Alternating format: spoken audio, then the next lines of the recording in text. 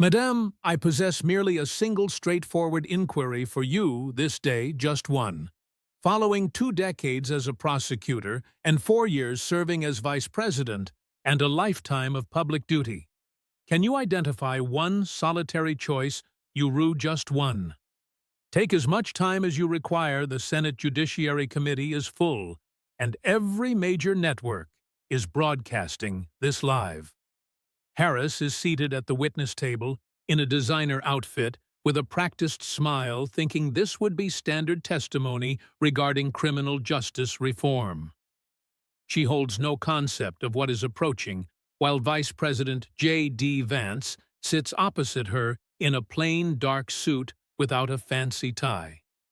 A Marine Corps pin rests on his lapel, and a yellow legal pad lies before him, which he has not glanced at once.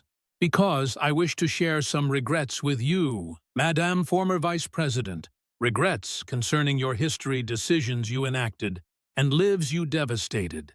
Over the ensuing few hours, we intend to examine them individually, one by one, as he opens a thick, organized, and tabbed folder.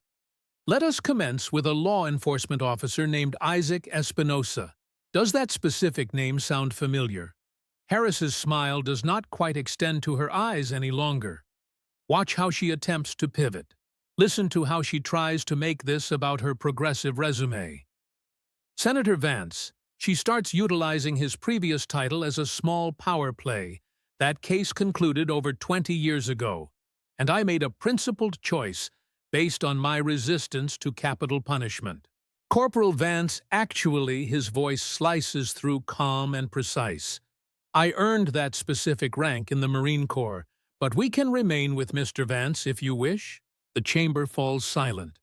And yes, let us discuss your principles.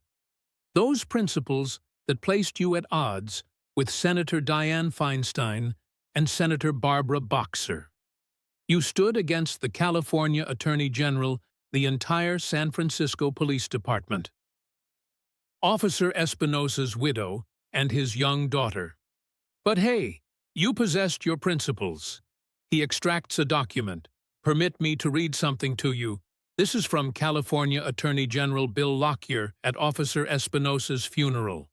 While his widow sat in the front row and their 9-year-old daughter clutched her mother's hand, Vance pauses, allowing them to anticipate. Quote, "If you make charging decisions based on personal philosophy, not on facts, I will take the case away from you." End quote. Another pause, longer. "This instance he was speaking about you, ma'am, at a policeman's funeral. That is how egregious your decision was." Harris shifts within her seat, that condescending prosecutor tone. "Emerging senator, Mr. Vance, the death penalty is a complex issue. It is not complex. Allow me to make it simple." Vance's voice is steady and patient, as if he is explaining something to a toddler. Officer Isaac Espinosa, 29 years old, April 10, 2004, plainclothes patrol within the Bayview district of San Francisco. He and his partner approached a male subject standard procedure officer. Espinosa steps out of the unmarked vehicle and shines his flashlight. He pauses, letting the tension build. David Hill opens fire with an AK-47 automatic weapon, multiple rounds. 2 bullets strike Officer Espinosa, killing him instantly, and 2 more hit his partner, nearly killing him as well.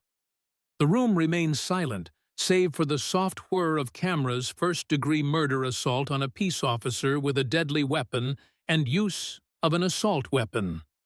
This was not manslaughter, nor was it self-defense. This was an execution, a cop killer armed with an AK-47. Vance looks up from his notes, staring directly at Harris. "So you had a choice to make: seek the death penalty for a cop killer using an assault weapon, or make a political statement. Which option did you select?" Harris leans forward, attempting to regain control. "The death penalty has been shown to, yes or no." Vance cuts her off. "Did you seek the death penalty? The research indicates that capital punishment does not. Yes or no?" Long pause. The microphones capture her breathing fast and shallow. No, I did not seek the death penalty. Thank you. Vance makes a note slow and deliberate, letting her watch him write it down now. At Officer Espinosa's funeral, something remarkable occurred. Senator Dianne Feinstein, a Democrat from your own party from California, stood up and said you were wrong, and said you should seek death. Do you recall that? I remember there was disagreement. She broke with you publicly at a cop's funeral, Barbara Boxer, too. Both Democratic senators from your state, both pro-choice, both generally opposed to the death penalty, both liberals, and both stated, you went too far. Does that fact give you any pause? Harris tries. That laugh, that nervous laugh she performs when cornered, starts high trails off and dies in her throat. Nobody laughs alongside her. The silence afterward is worse. Well, we cannot all agree on the San Francisco Police Officers Association called your decision a betrayal. The police union, the people who place their lives on the line every day, said you valued your political career over their lives. Were they mistaken? Silence. She reaches for her water glass. Hand trembles just slightly, but the microphones are good. You can hear the glass rattling against the table as she picks it up and sets it down without drinking. The issue is more nuanced. Attorney General Bill Lockyer did not think it was nuanced. He threatened to take the case away from you. Do you know how rare that is? To threaten to remove a case from a district attorney, especially at the victim's funeral. Vance pulls out another document. Let me read you what the San Francisco Chronicle wrote. April 21st, 2004. Quote, Harris's refusal to seek the death penalty has created an unprecedented rift between the new district attorney and the city's law enforcement community. Police officers openly question whether she can be trusted to seek appropriate justice for fallen officers. He looks up. That was 3 months into your term. 3 months. And you had already lost the trust of the police department. Harris finds her voice stronger now, or trying to be. I made a decision based on my deeply held convictions.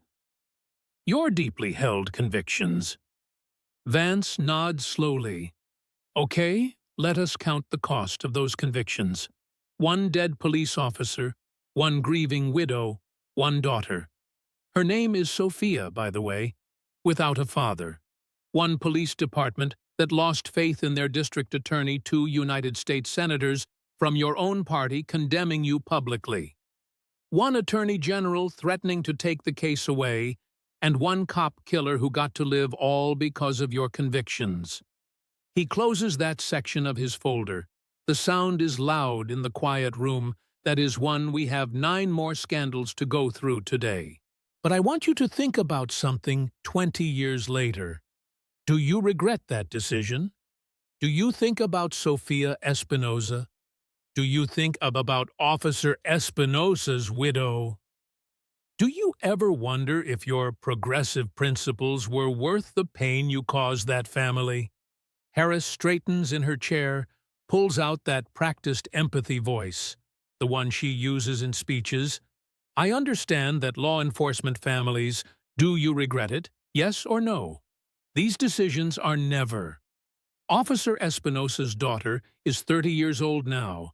She was 9 when your decision meant her father's killer would not face justice. She is here today. 3rd row, center section. He does not point, doesn't need to. The cameras find her. Sophia Espinosa. Professional woman, early 30s. Tissues in hand. Tears streaming down her face. Silent. Dignified grieving. Her name is Sophia. Would you like to tell Sophia that you made the right decision? The Senate chamber is dead silent, except for Sophia's quiet crying. Someone coughs. A chair creaks. That is it. Everyone else just waits. Watches. Listens. Harris opens her mouth, closes it, opens it again. No words come out.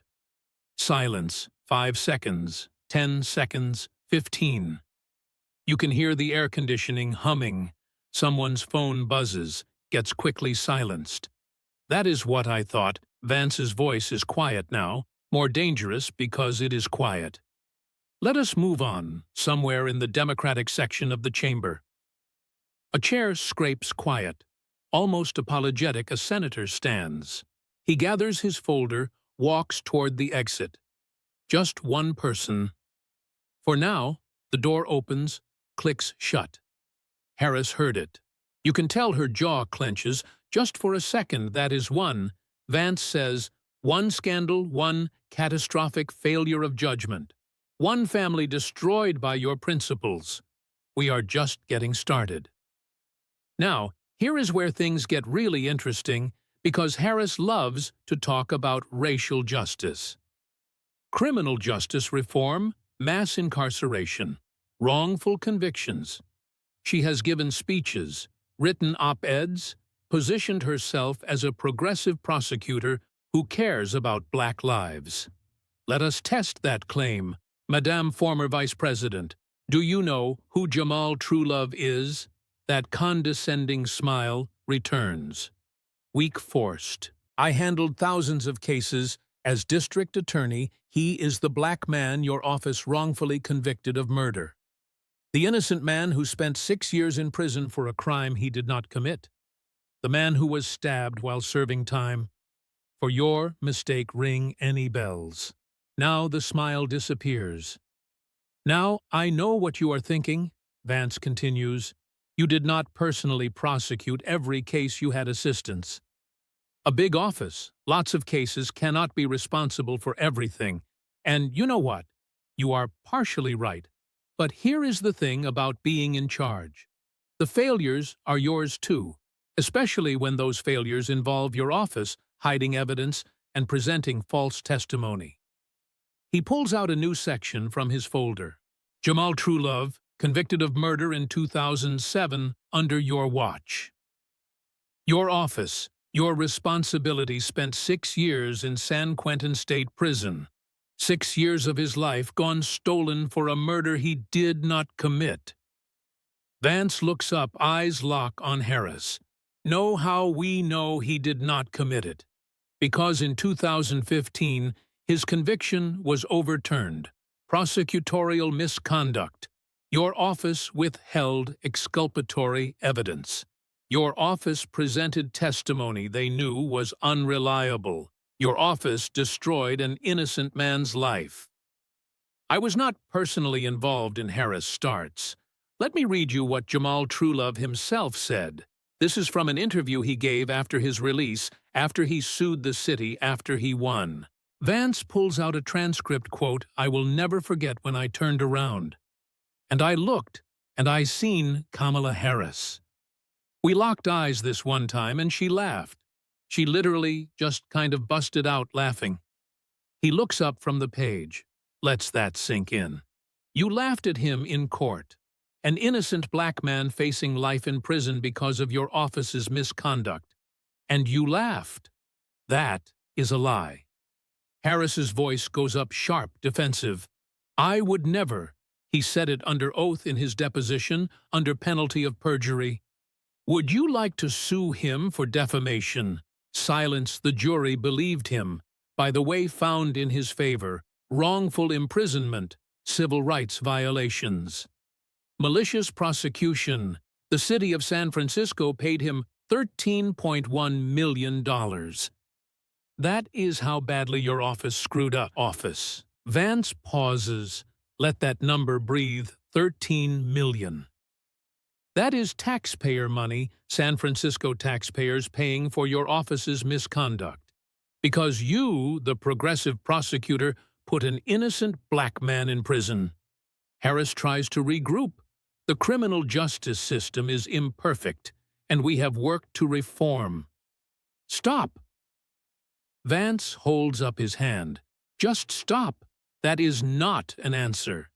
That is a talking point. Jamal Truelove is not a statistic. He is not a policy debate. He is a real person. A man whose life you destroyed. I take full responsibility for, do you? Because you just spent the last 5 minutes trying to dodge responsibility. You were not personally involved.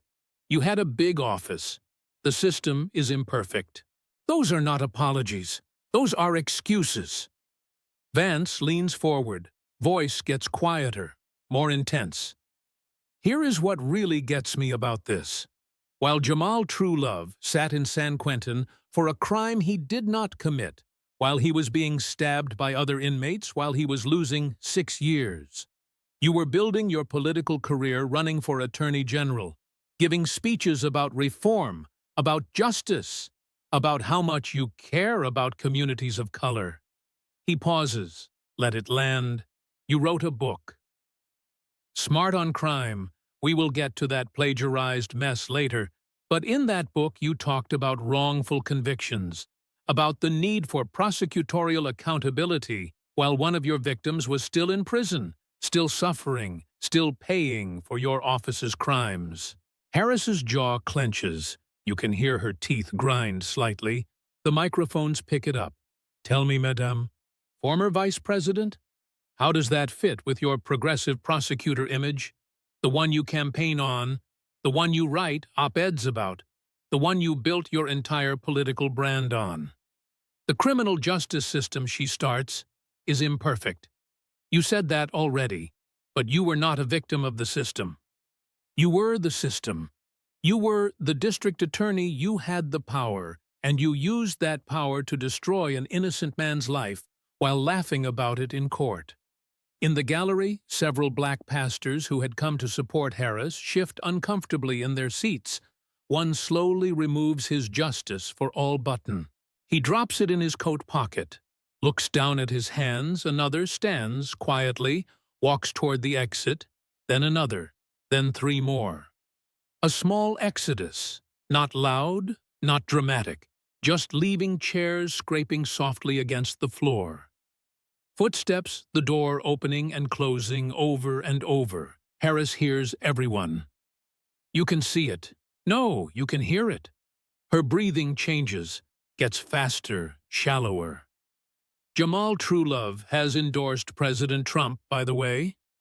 Vance says, almost conversational, like he is discussing the weather, a black man from San Francisco, one of the most liberal cities in America. Voting Republican, supporting Donald Trump because of you, because of what you did to him. He closes that section of his folder. That is 2. A dead cop's daughter still grieving 20 years later. An innocent man who spent 6 years in prison for your mistakes. 2 lives destroyed. 2 families devastated. 2 catastrophic failures. We are not even halfway done. Silence. Complete silence. You can hear someone's stomach growling, the soft whir of the air conditioning breathing. That is it. Harris reaches for her water again, drinks. This time, almost empties the glass. Her hand is shaking visibly now. The water sloshes slightly. Let us jump forward from your incompetence as a prosecutor to your incompetence as a presidential candidate.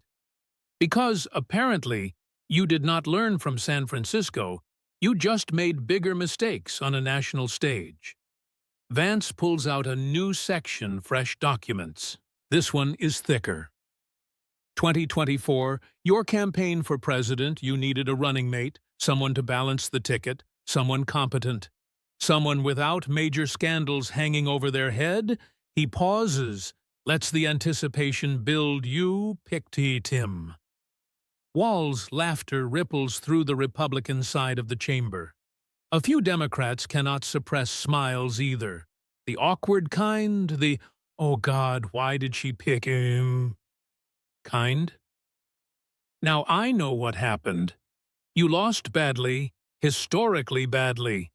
But that is not the scandal we are discussing today. The scandal is how you picked him. Or more accurately, how you failed to properly vet him before putting him 1 heartbeat away from the presidency. Harris straightens, tries to look confident. Fails. Every campaign makes decisions based on available information.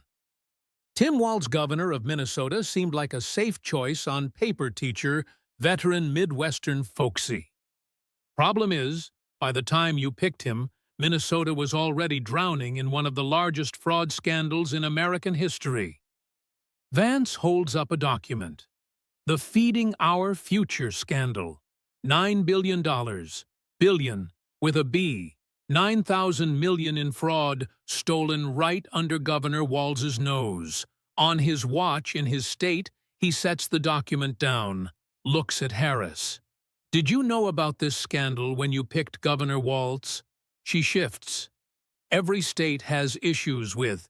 Did you know? Yes or no? The vetting process is confidential. That is not what I asked. The fraud scandal was public. Major news outlets had covered it.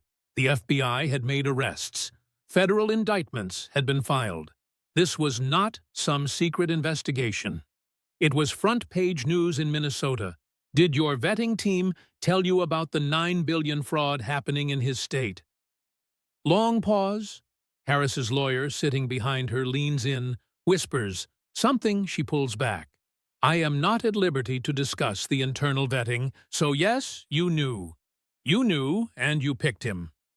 Anyway, Vance pulls out another document. A timeline. Let me paint you the picture. Nonprofit organization called Feeding Our Future. Supposed to feed needy children during the pandemic. Noble cause, except they were not feeding children, they were stealing massive fraud. Shell companies, fake meal sites, false claims, kickbacks, money laundering. He reads from the timeline. The FBI opened its investigation in January 2021, 3 years before you picked Walz. 3 full years. The first indictments came down in September 2022, still almost 2 years before you announced him.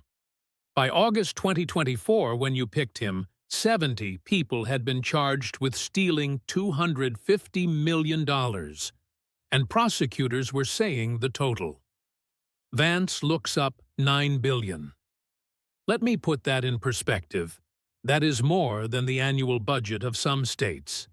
That is enough money to run the entire Minnesota state government for almost 2 months, and it was stolen on Walz's watch while he was governor. While he was supposed to be providing oversight, Harris tries to interrupt the governor's office, does not directly oversee every program I know. But here is what kills me. Vance's voice gets softer, more dangerous. You are supposed to be a prosecutor, trained to evaluate evidence, trained to assess credibility, trained to ask tough questions. And you picked a governor whose state was hemorrhaging billions in fraud, whose oversight was so incompetent that criminals stole from children, from hungry children. He pauses. Let it sink in. Your vetting team had to ask, what does this say about his executive ability, his attention to detail, his judgment, his competence? And apparently your answer was good enough.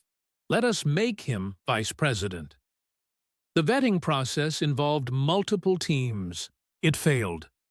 The word you are looking for is failed. Your vetting failed spectacularly because guess what happened? 3 months ago, Governor Walz dropped his re-election bid. Know why silenced the fraud scandal, the one that was already public when you picked him, the one your vetting team supposedly knew about. It finally caught up with him, got so bad that he could not run for re-election.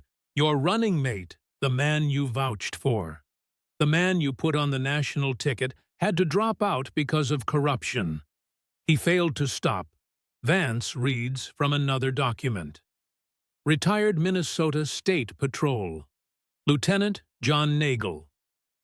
He is running for Congress now, said this quote. The vetting clearly failed. By the time Governor Walz was selected, Minnesota's fraud scandals were already public, already under federal investigation, and already raising serious questions about oversight. That was not hidden information. It was an open and growing issue. He looks up. It was not hidden, it was open, public documented. And you either did not know, which makes you incompetent, or you did know and picked him anyway, which makes you reckless. Which is it? Harris's hands gripped the edge of the table, knuckles white. You can hear her breathing fast, shallow, almost hyperventilating. The campaign made the best decision. Based on terrible judgment. Just say it. Your judgment was terrible. As a prosecutor, you laughed at innocent men and refused justice for murdered cops. As a presidential candidate, you picked a running mate, presiding over $9 billion in fraud. Your judgment has been consistently catastrophically terrible. 3. More Democrats stand. Do not even try to hide it this time. Just stand up, gather their things, briefcases snapping shut. Click, click, click. Walk out. No apologies, no excuses, just gone. The cameras pan to follow them. The exodus is growing. Harris sees it. Everyone sees it. The rats leaving the sinking ship that is 3 scandals, 3 massive failures of judgment. A murdered cop denied justice, an innocent man in prison. $9 billion in fraud ignored, and we are not even halfway done. Harris's voice comes out, thin, strained. This is a partisan witch hunt. No, ma'am, Vance's voice is flat. A witch hunt is what you participated in against President Trump for 4 years. This is accountability. This is documentation. This is truth. And we are just getting warmed up. You know what is remarkable about modern American politics. Vance pulls out yet another section. This one has screenshots, printouts, side-by-side comparisons, how desperately the media tries to protect certain candidates. How they will edit answers, cover mistakes, make incompetent people look coherent, and sometimes they get caught. He slides a document across the table toward Harris. October 6, 2024. Face the Nation posts a preview clip of your 60 Minutes interview. You are asked about Israel, about Prime Minister Netanyahu. Simple foreign policy question. Standard stuff for a presidential candidate. And you give this answer. Vance reads from the transcript, monotone, deliberately flat. Let the words speak for themselves. Quote, "Well, Bill, the work that we have done has resulted in a number of movements in that region. By Israel that were very much prompted by or a result of many things, including our advocacy for what needs to happen in the region." End quote. He looks up. That is not English. That is word salad. That is someone who has absolutely no idea what they are talking about. Trying to sound informed, that is you being exposed as completely unprepared for the presidency. Harris starts to speak. Vance holds up his hand. But wait, here is where it gets interesting. When 60 Minutes aired the full interview. That evening, your answer was completely different. Completely different. CBS edited in a response from a different part of the interview, made you sound coherent, made you sound like you actually had an answer. He pulls out another document. A statement from CBS President Trump called it the biggest scandal in election history. Now, I think that is hyperbole. Trump loves hyperbole, but it is still pretty significant because what CBS did was admit that your actual answer was so incomprehensible, so embarrassing, so disqualifying that they had to protect you by editing in something else. I do not control editorial decisions, Harris tries. Did you know? Did you know they were going to edit your answer? Did you ask them to? Did your campaign ask them to make you sound more coherent? I would never, because either you asked, which makes you complicit in deceiving the American people, or they did it without asking. Which means they were so worried about how bad you looked that they took it upon themselves to cover for you, which is it. Silence. Harris looks down at her hands clasped tight on the table. Campaign spokeswoman Caroline Leavitt said it best. Vance reads from his notes. Quote, "They edited in a different response from another part of her answer to make Kamala Harris sound less incoherent than she really was. This is not a denial. This is an admission that they did exactly what they were accused of." He sets the paper down. CBS admitted it. Released a statement not denying, not apologizing, just admitting that, yeah, they edited your answer because the real one was too embarrassing to air. But wait, we are not done, because that was not your only media disaster. The View. September 24th, 2024. Different interview. Different, catastrophic answer. Sunny Hostin asks you a simple question. Such a simple question. Vance pauses, builds the anticipation, she asks. Would you have done anything differently than President Biden? And you say he reads from the transcript slow, emphasizing each word. There is not a thing that comes to mind. The room erupts. Even some Democrats groan audibly, heads shaking, muttering the kind of reaction you cannot control, not a thing. You could not name one thing you would do differently than the most unpopular president in modern history, the president whose approval rating was so low that Democrats begged him to drop out the president who could not win, and you said you would do everything exactly the same. Vance leans back, almost relaxed, like he is enjoying this. Let me read you something from your own memoir, 107 Days. Your book about the campaign you wrote. And this is your own admission. You wrote that you, quote, pulled the pin on a hand grenade. With that answer, your staff were, quote, beside themselves. Even you knew you had destroyed your campaign with one sentence. He closes the book, sets it on the table. So here is my question. If you could not name one thing you would do differently, why should Americans have elected you? If Biden was so unpopular, he had to drop out, and you would do everything the same as him. What were you offering? What was your pitch vote for me? I will be exactly like the guy everyone hates. Harris tries that laugh again, that nervous laugh. More forced. This time, higher pitched, desperate. It dies in her throat. Nobody joins her. The silence after is brutal. You can laugh all you want.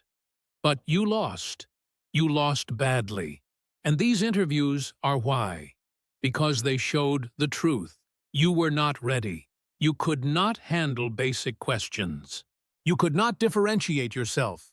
You could not articulate a vision. And the only way you looked remotely competent was when media organizations edited your answers. 5 more Democrats stand, not even trying to be discreet. Now, just done gathering their things. One drops his folder papers, scatter. He doesn't even pick them up. Just leaves them, walks out the door, opens and closes. Opens and closes, the sound echoing in the chamber. One senator stays behind. Sanders, Bernie. Sanders, independent, takes off his glasses, rubs his face, looks old, tired, disgusted, shakes his head slowly. Harris sees it all, hears it all. Her breathing is audible now, ragged, fast. That is 4 scandals, 4 catastrophic failures. Murdered, cop, innocent man, $9 billion in fraud, and now media manipulation. Because you are too incompetent to answer simple questions without help. Vance gathers his papers for the next section. I promise you, the next ones are worse. Let us talk about your book, Smart on Crime, written in 2009, when you were San Francisco's district attorney, published by Chronicle Books. Supposed to showcase your expertise, your innovative ideas, your prosecutorial philosophy. Vance holds up a copy, worn, tabbed, annotated, except you did not write it. Not really, not honestly. He sets the book down, opens to a marked page. Madame, former Vice President, do you know what plagiarism is?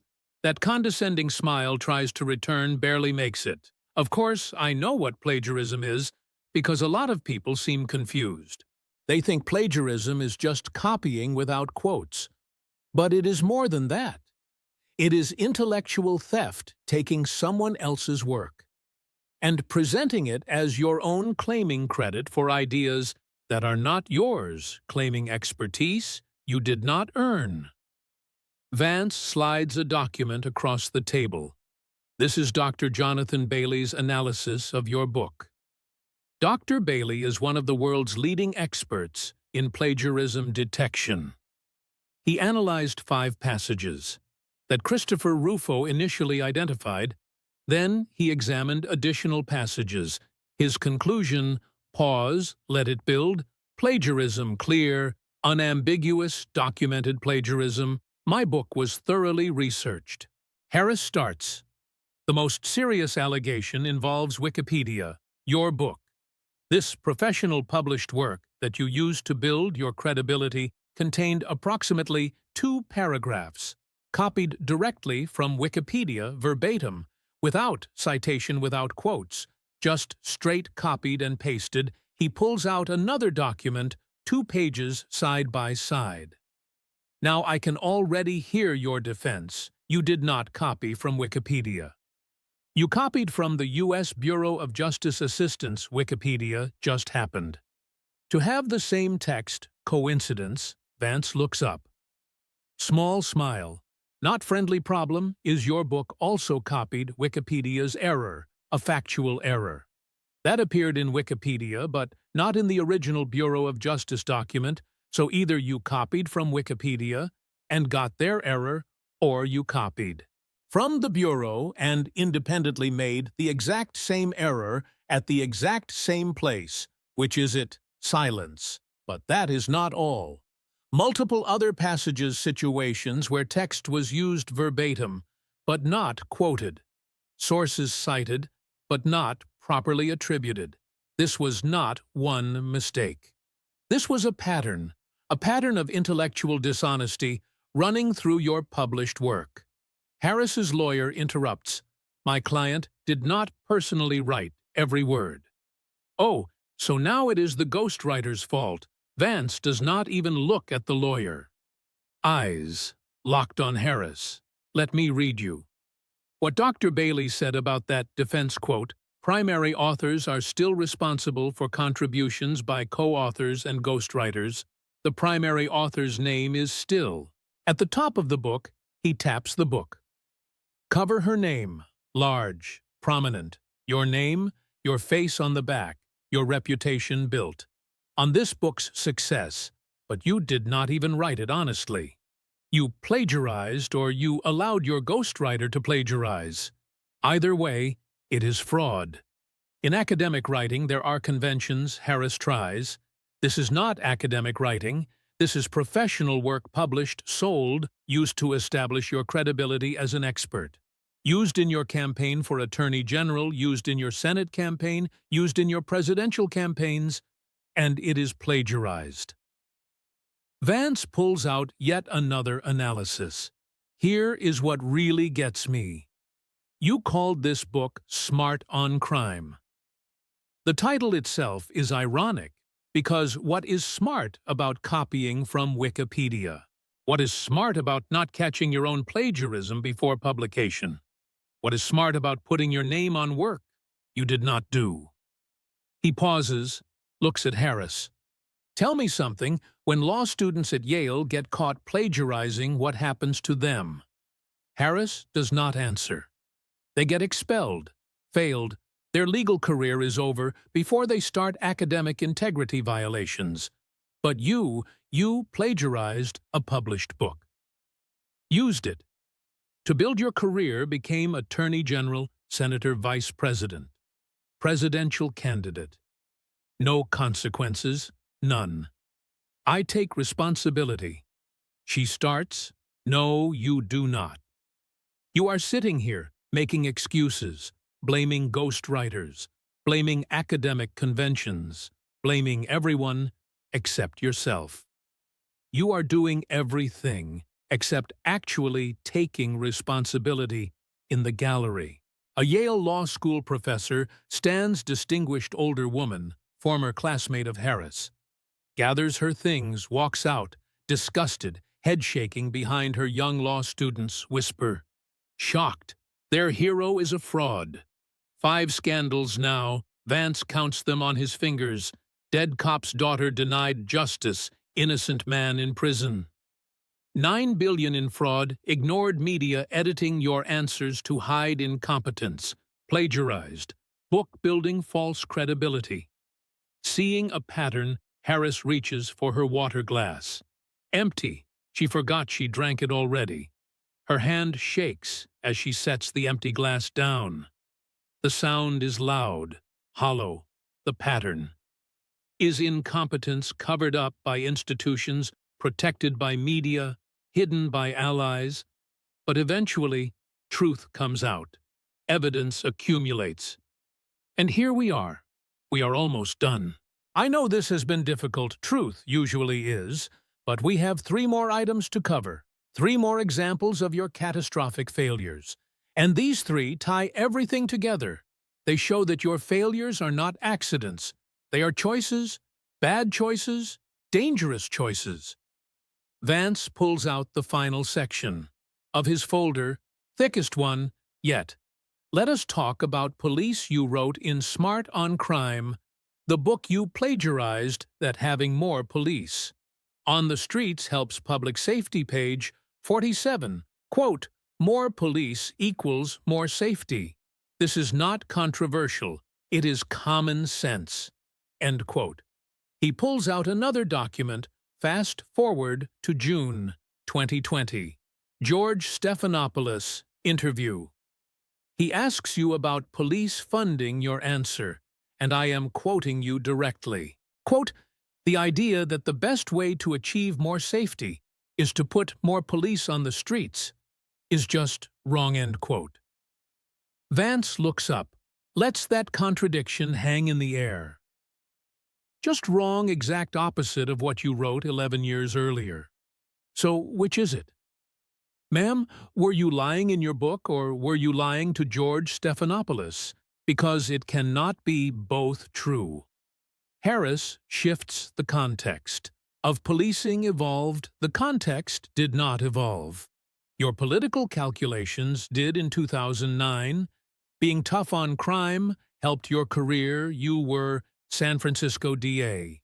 Needed police union support. So you wrote that more. Police equals more safety. He pauses.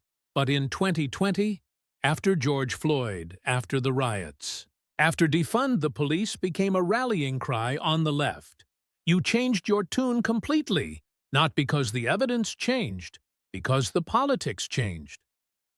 Vance pulls out another document during the summer riots of 2020. You promoted the Minnesota Freedom Fund, encouraged people to donate, help, bail out. Arrested protesters tweeted about it, posted on social media. Sounds noble, right? Help people exercising their First Amendment rights. He looks up, except the Minnesota Freedom Fund did not just bail out peaceful protesters. They bailed out violent criminals, people arrested for assault, domestic abuse. One man they bailed out went on to commit murder while out on bail, funded by an organization that you promoted. Harris tries to interrupt Vance, does not let her. You applauded Los Angeles, cutting $150 million from their police budget, $150 million. You said we need to reimagine public safety without police, and what happened? He does not wait for an answer. Crime skyrocketed, murder rates jumped, carjackings, smash and grab robberies, retail, theft, cities became war zones, police officers retired in record numbers, morale collapsed, response times increased, and Americans died. They died because cities followed the advice of people like you. Law enforcement experts have shown Harris starts law enforcement experts. You mean the police unions. You betrayed the cops whose trust you lost in San Francisco, those experts. Vance leans forward. Then there is the border. Oh, the border. President Biden appointed you border czar in March 2021, your job. Stop.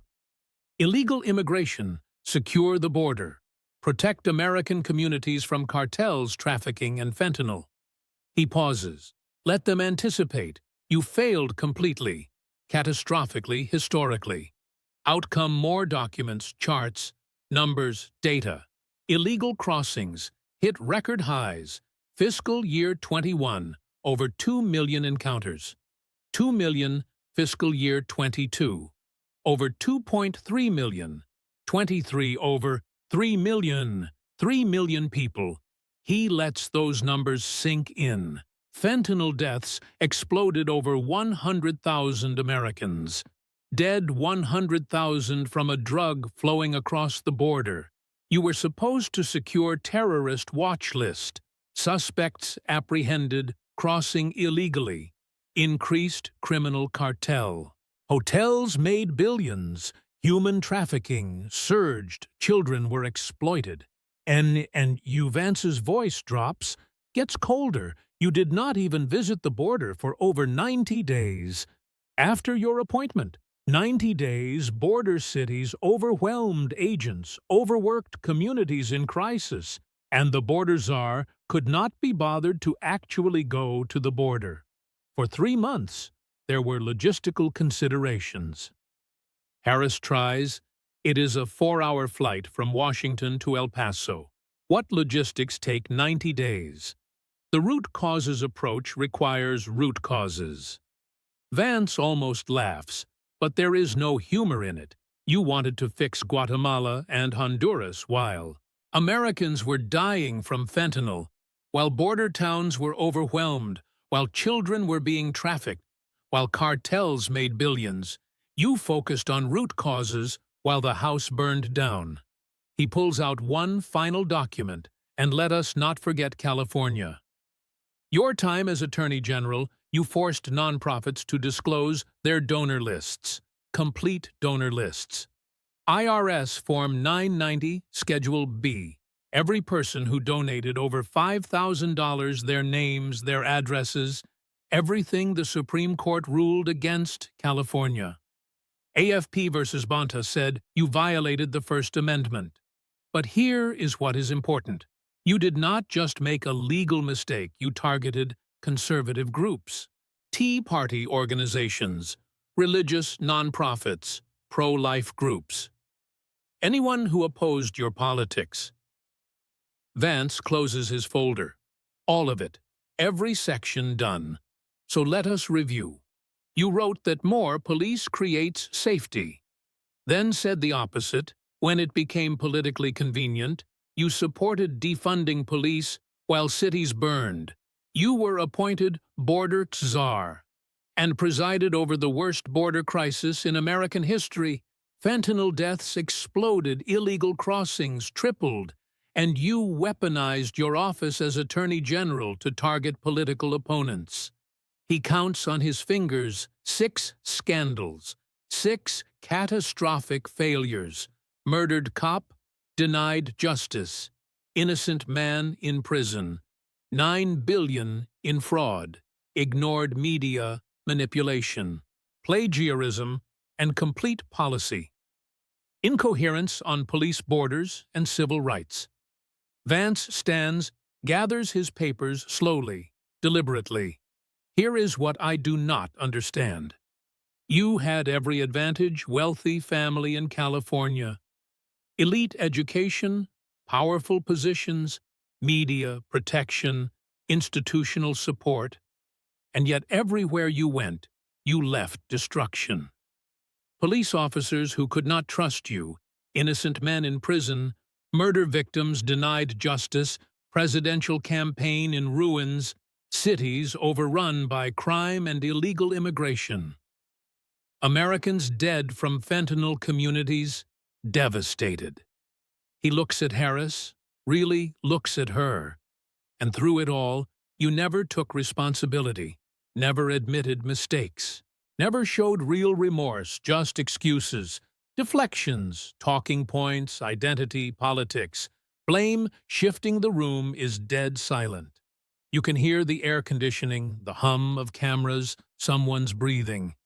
That is it. Do you know why Americans rejected you? It is not racism. It is not sexism. It is not because you are a woman. It is not because of your background.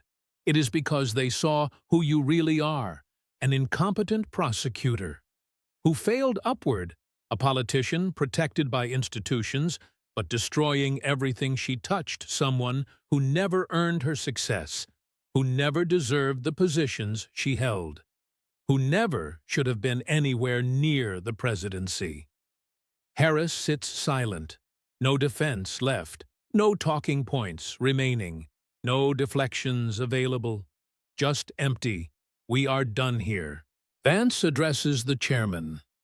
Mr. Chairman, I move that these findings be referred to the Department of Justice for investigation. Potential charges include prosecutorial misconduct, civil rights violations under color of law, and abuse of government authority. Harris's lawyer jumps up. This is a partisan witch hunt. These allegations are.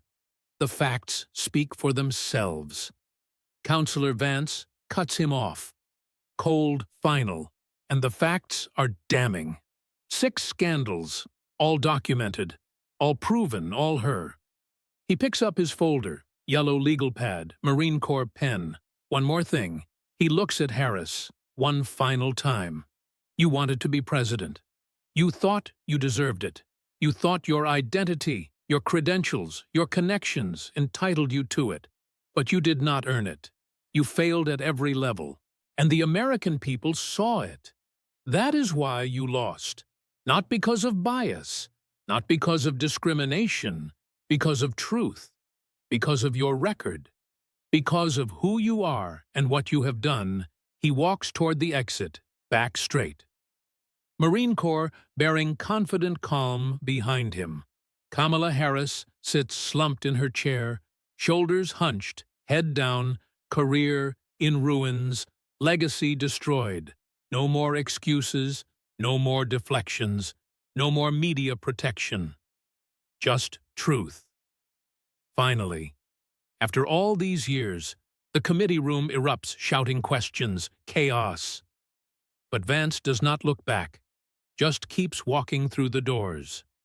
Into the hallway, gone, leaving behind the wreckage of Kamala Harris's political career.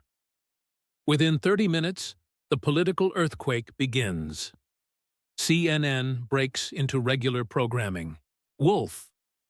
Blitzer on screen, looking shaken. We have just witnessed what may be one of the most devastating political testimonies in modern American history.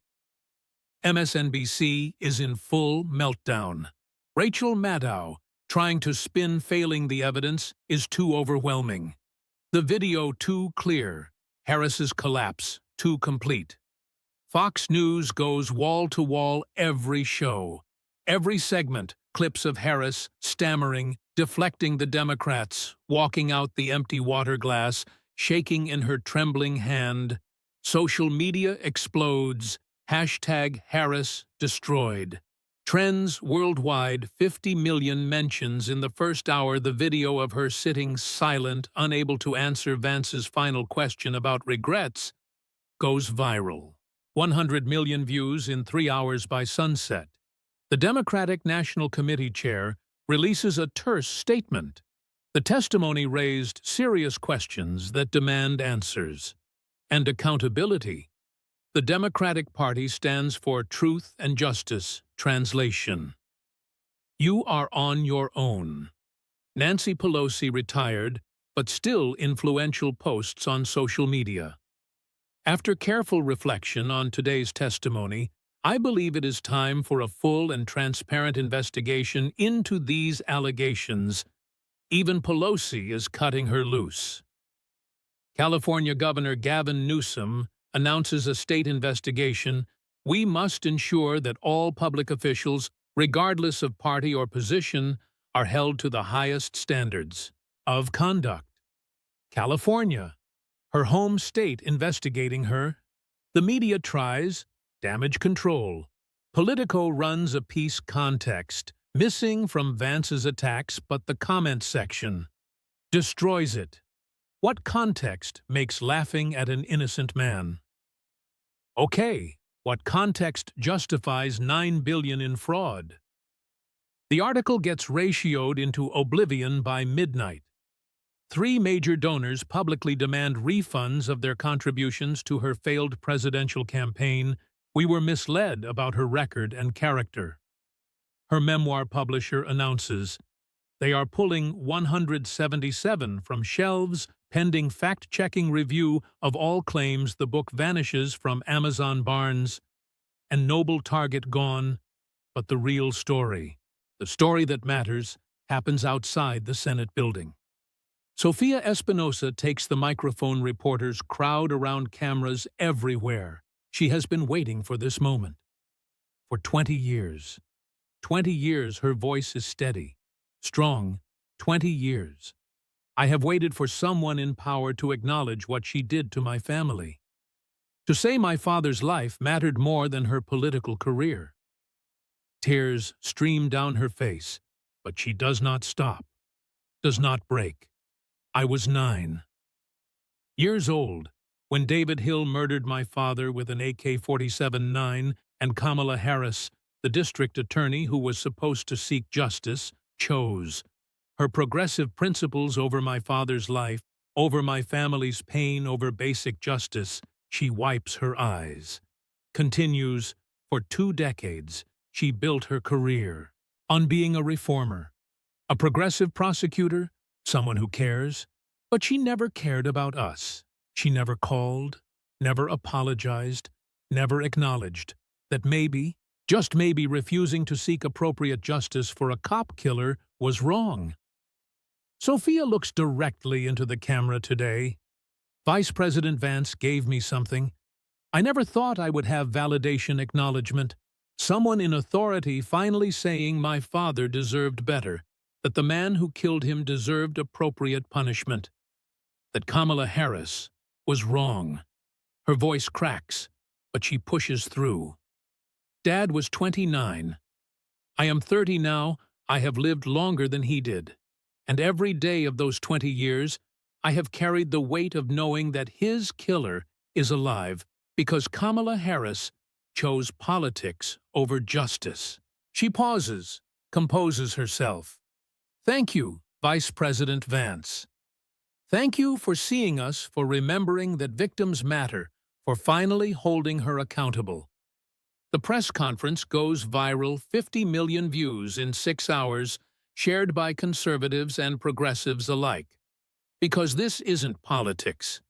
This is human pain. Real suffering. A daughter who lost her father and never got justice. 2 days later, Jamal Truelove releases a video statement standing outside San Quentin, the prison where he spent 6 years for a crime he did not commit. People ask me why I support President Trump, why I broke with Democrats, why I walked away from the party my family supported for generations. He points at the prison behind him. Today's hearing showed why. Because Republicans like J.D. Vance actually care about injustice. They do not just talk about criminal justice reform. They expose the prosecutors who destroyed lives. They hold people accountable, even when those people are powerful, even when those people hide behind progressive credentials. He turns back to the camera. I was stabbed in there, right inside those walls, while serving time for Kamala Harris's mistake, for her office's misconduct, for her incompetence. I lost 6 years of my life. 6 years. I will never get back. His voice gets harder, angrier. She laughed at me in court, looked me in the eye and laughed while I was facing. Life in prison for something I did not do. And then she went on to build a career, talking about how much she cares about people who look like me. True love shakes his head to every person wrongfully convicted, every victim of prosecutorial misconduct, every family destroyed by corrupt prosecutors today was for you. Today showed that even powerful people can be held responsible. Even people protected by media and institutions can be exposed. The video gets 20 million views. Shared across platforms, his endorsement of Trump, previously mocked by progressives, suddenly makes sense. San Francisco Police Officers Association releases a statement for 20 years we have known. The truth about Kamala Harris we have known. She chose politics over justice, that she valued her progressive credentials over our lives, that she could not be trusted. To seek appropriate justice for murdered officers today, America learned what we already knew. Officer Isaac Espinosa's sacrifice deserved better. His widow deserved better. His daughter, Sophia, deserved better. And today, Vice President Vance gave them something Kamala Harris never did. Recognition, acknowledgement, truth. We announced the creation of the Isaac Espinosa Memorial Award for prosecutorial integrity to be given annually to prosecutors who put justice over politics, who seek appropriate punishment for cop killers, who remember that victims matter. More than careers, Kamala Harris's name will never be associated with this award. Ever 1 week after the hearing, the Department of Justice announces formal investigations. Civil Rights Division looking into Harris's time as San Francisco District Attorney and California Attorney General. Focus areas: prosecutorial misconduct in the True Love case. Potential civil rights violations. First Amendment violations regarding nonprofit donor privacy abuse of government authority.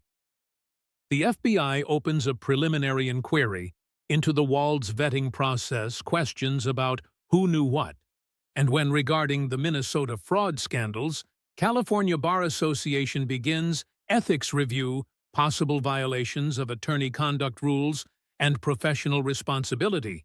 The progressive prosecutor movement takes a massive hit.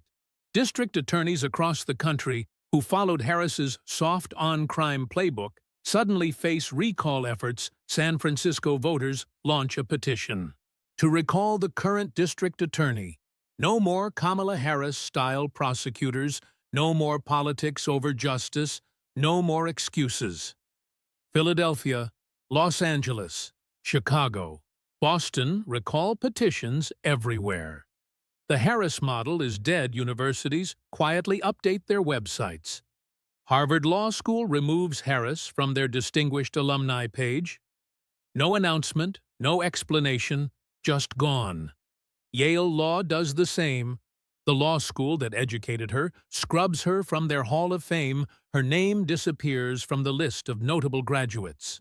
Sorority that she belonged to at Howard University releases a statement distancing themselves. The values of our organization do not align with the conduct described in this week's testimony. Even her college sorority is cutting her loose.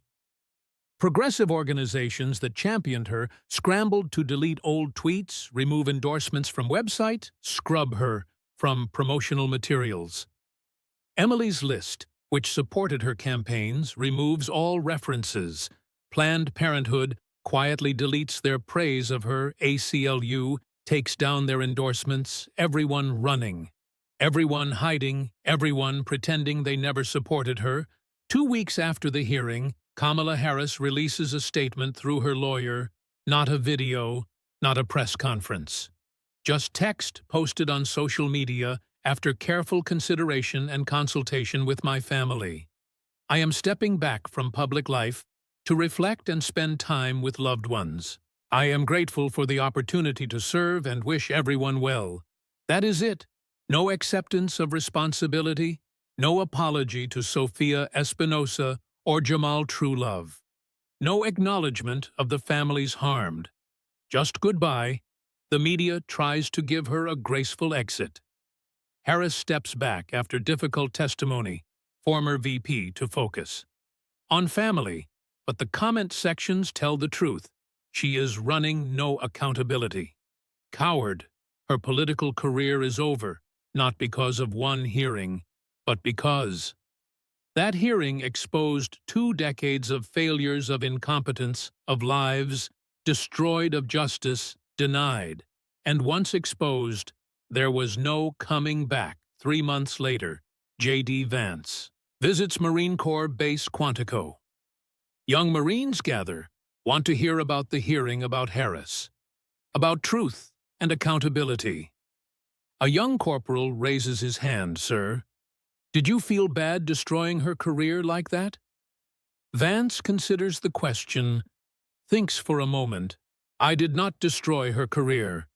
Corporal, she did over 20 years. One bad decision after another, I just exposed what she had done. There is a difference.